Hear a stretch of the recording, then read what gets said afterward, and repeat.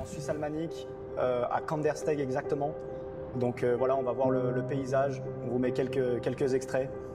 La course commence demain matin, 7h15.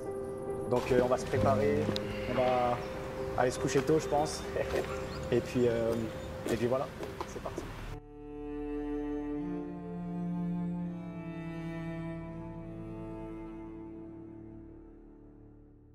On va arriver dans 1 heure à Kandersteg. Quand on se dit qu'il y en a, ils prennent la voiture pour partir en vacances, à la piscine, au spa, et nous, c'est pour se la buter à la montagne. Allez, c'est parti.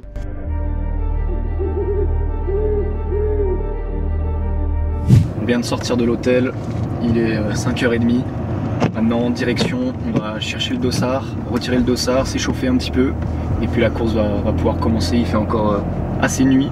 Je pense qu'on va commencer à la frontale. Et puis voilà, c'est une belle journée qui s'annonce, pleine d'aventures et de discipline.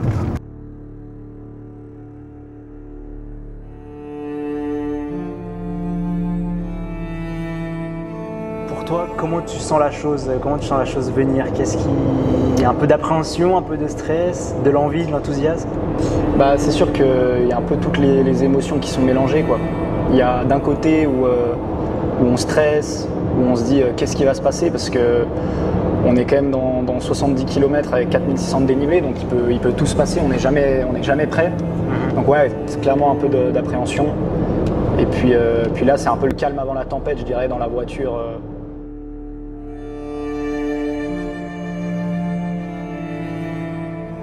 Demain, à 7h15, je vais prendre le départ de la Wilds 70. 70 km, 4600 mètres de dénivelé positif, une traversée des Alpes jusqu'à Crans-Montana. L'ultra trail, c'est simple. C'est courir beaucoup trop longtemps, dans des montagnes beaucoup trop hautes, sur des terrains beaucoup trop accidentés, et en plus, en payant pour ça.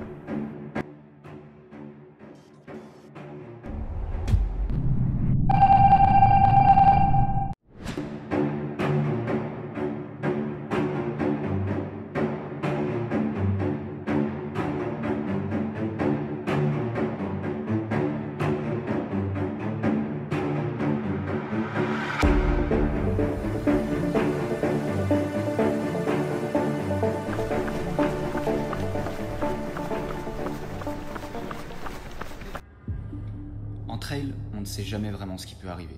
Chaque course est une aventure, pleine d'incertitudes. Et cette fois, l'imprévu est arrivé très tôt. Au bout de la première montée, vers le 10e kilomètre, j'ai attaqué la descente un peu vite. Et là, la cheville. Écoute, là c'est vraiment compliqué, je me suis bien foulé la cheville pile où là j'avais l'entorse. Donc là, chaque pas c'est vraiment compliqué. Je vais essayer, je sais pas si au ravito tu arrives déjà à appeler l'aide médicale pour qu'il me fasse un bandage, tu vois, rapidement. Qui me donne, je sais pas, des médocs ou qui me fasse un bandage, tu vois, comme ça. Dès que j'arrive, on fait ça vite et je peux partir vite. Mais ouais, si tu arrives vraiment à prévenir l'équipe médicale, parce que là, chaque pas c'est compliqué, quoi. Et j'ai pas envie d'arrêter là, ça me fait chier, quoi. Là, je suis à 13 km, donc j'arrive dans 3 km. Donc 20 maximum, ouais, je dirais 30 minutes, je suis là. Allez, à toutes, j'espère, ça va bien se passer.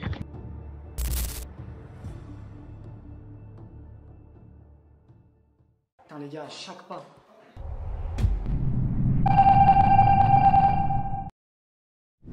T'as ma truc qui est partie comme ça, ma cheville.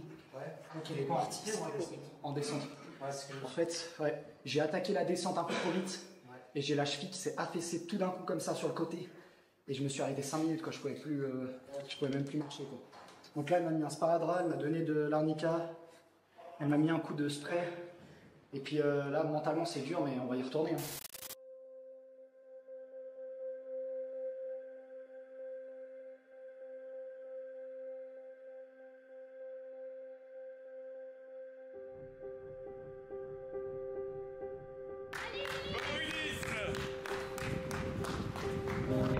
C'est vraiment compliqué, j'espère que ça va le faire, mais ouais, ça fait très très mal. Et de me dire qu'il y a 60 bornes devant moi, c'est compliqué, mais je vais tout donner en tout cas, on va tout donner. C'est pas ce qui se passe dans cette montée. J'ai repris 100 places. Je sais pas ce qui s'est passé, si c'est l'alimentation ou je sais pas mentalement, Je me suis dit, allez, il faut que je le finisse. Avec les proches qui m'aident, qui me soutiennent.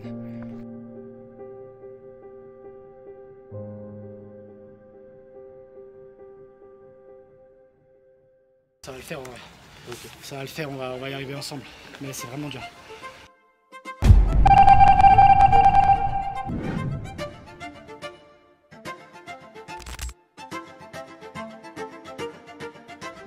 Mec, là, écoute, on a fait pile la moitié en 6h30 là. Donc j'espère, là j'ai un objectif, ça serait moins de 14h.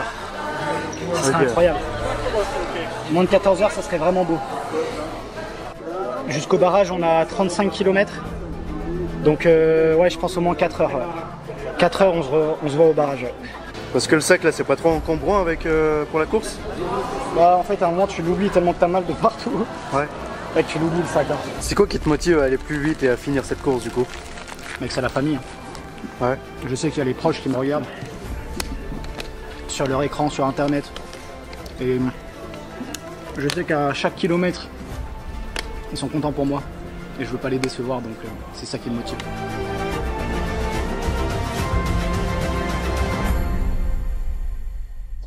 J'ai grandi à la campagne, entouré de montagnes. Depuis tout petit, le sport a toujours fait partie de ma vie. J'ai commencé par le ski, la compétition, les hivers passés sur la neige, à chercher la vitesse, la glisse. Et puis d'autres sports sont venus, petit à petit, toujours avec ce goût de l'effort, de la compétition et du dépassement de soi-même. Avec le temps, j'ai pris une autre direction. Je me suis plongé dans la musculation, dans le travail du corps, dans l'envie de m'en construire physiquement. Mais il manquait quelque chose, ce n'était pas suffisant pour moi. Le vélo, la natation, la course à pied, le trail. Petit à petit, c'est devenu bien plus qu'un simple entraînement. C'est devenu une façon de vivre. J'ai appris la patience, la régularité, l'humilité. J'ai appris à aimer le temps long, la difficulté et surtout la progression, jour après jour. Et demain, je suis là, à Kandersberg. Je sais que ça va être dur. Il y aura des montées qui paraissent interminables, des descentes qui détruisent les jambes, des instants de doute où ton corps te supplie d'arrêter. Mais c'est dans ces moments-là que tu découvres qui tu es réellement. Pour moi, cette course, ce n'est pas juste une compétition. Ce n'est pas une question de chrono. C'est une aventure, une histoire. C'est un retour à mes racines, à ces montagnes dans lesquelles j'ai grandi, à ce goût du dépassement qui m'a toujours accompagné. Demain, je vais tout donner. Pas seulement pour franchir une ligne d'arrivée, mais pour vivre chaque pas, chaque souffle, chaque paysage. Pour ressentir cette intensité unique que seul l'Ultra Trail peut offrir. Demain, je veux écrire un souvenir qui restera gravé toute ma vie.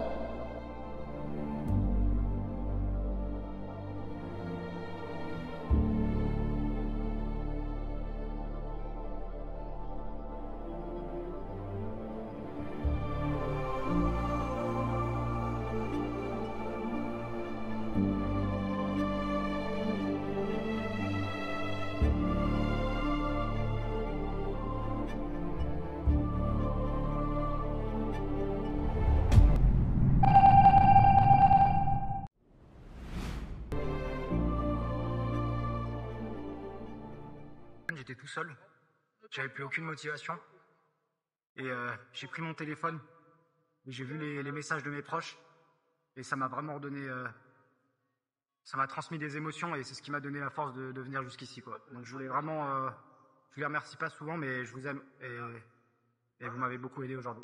Ok, on est à l'altitude le plus élevé, environ à 3 mètres de dénivelé positif. Je suis mort, il me reste 20 km descente, après un faux plat et après du plat. Et je serai à Crans-Montana. Ah.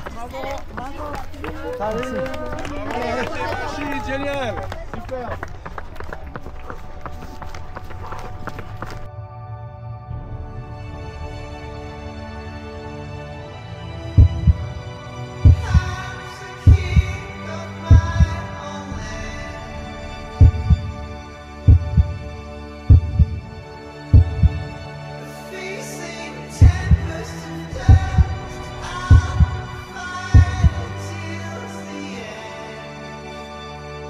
Il arrive, là!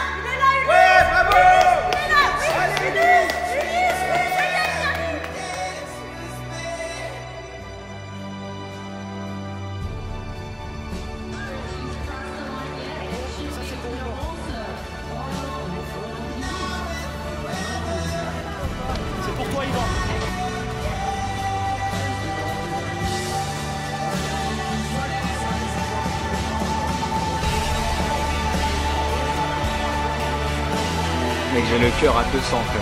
Et dis-toi qu'à la fin, tu seras avec un beau documentaire. Et on va chercher la médaille. Hein. On va aller la chercher, on va aller la...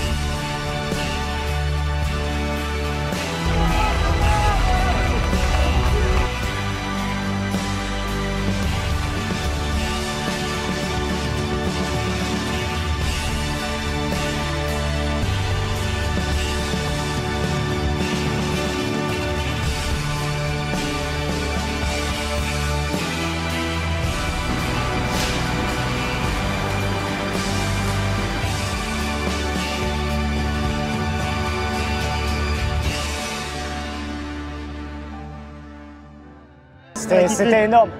C'était vraiment magnifique. Elle est là. Elle est là. Elle est là, la médaille. Après tout ce travail, toutes ces heures d'entraînement, toute cette discipline, c'est ça que je viens chercher. On l'a fait. C'était une arrivée. C'était mal parti dès le départ, mais ça réussi. Bien joué, chef. Ah, c'était mal parti, ouais. C'était mal parti, C'était vraiment mal parti. Comme quoi, même si au début, au 10e kilomètre, j'étais en haut d'une montagne à 2000 mètres d'altitude tout seul, je me suis... ma cheville ne pouvait plus marcher. Je me suis dit, c'est impossible que je puisse finir cette course, impossible.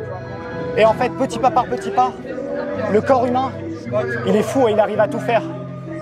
Et même quand on croit ne pas y arriver, si on se donne les moyens et qu'on donne tout dans la vie, on y arrive et on réalise ses rêves.